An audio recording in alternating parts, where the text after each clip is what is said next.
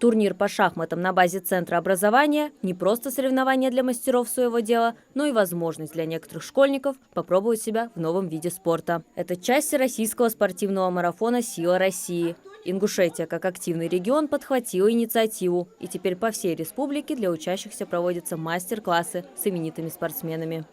Центральным советом сторонников партии «Единая Россия» по всем регионам Российской Федерации объявлен всероссийский спортивный марафон «Сила России», который посвящен Году защитника Отечества. Цель данного марафона является пропаганда здорового образа жизни, спорта, физической культуры.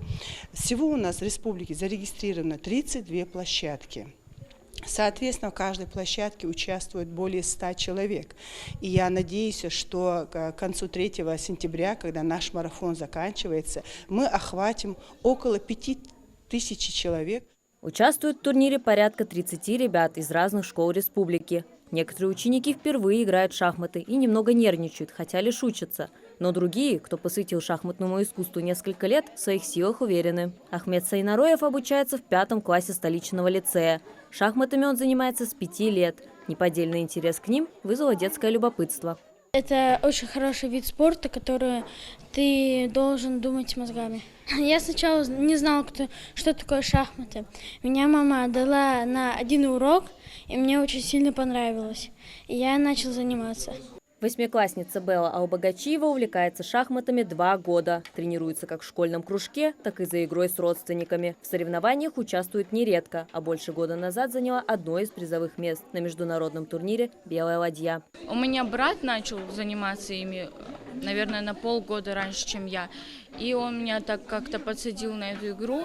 Я его забирала отсюда и потом сама начала играть. Думаю, что играю я неплохо, но есть к чему стремиться. Турнир проходил по популярной швейцарской системе. Ее основной принцип – пары соперников выбираются жеребьевкой из участников с равным количеством очков. Всего ребята сыграли 7 туров, по 5 минут каждый. Для победителей подготовили медали, грамоты и подарки. Я призываю всех родителей отдавать на шахматы, где есть возможность, не только для того, чтобы они стали профессиональными игроками, шахматистами, хотя почему бы не попробовать это. Просто шахматы развивают уже с советских времен, да, это известно, логическое мышление, ответственность, какую-то память. И вот эти навыки, которые они в шахматах познают и соблюдают, они потом незаметно переносят их в быт. Их действия обдуманные, просчитаны немножко, как и в шахматах, да, вот. То есть, это очень полезно, особенно детям.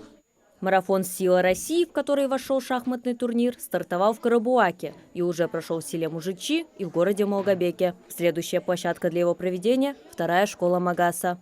Мария Макиева, Муладгирия Хильгов, Магас 24.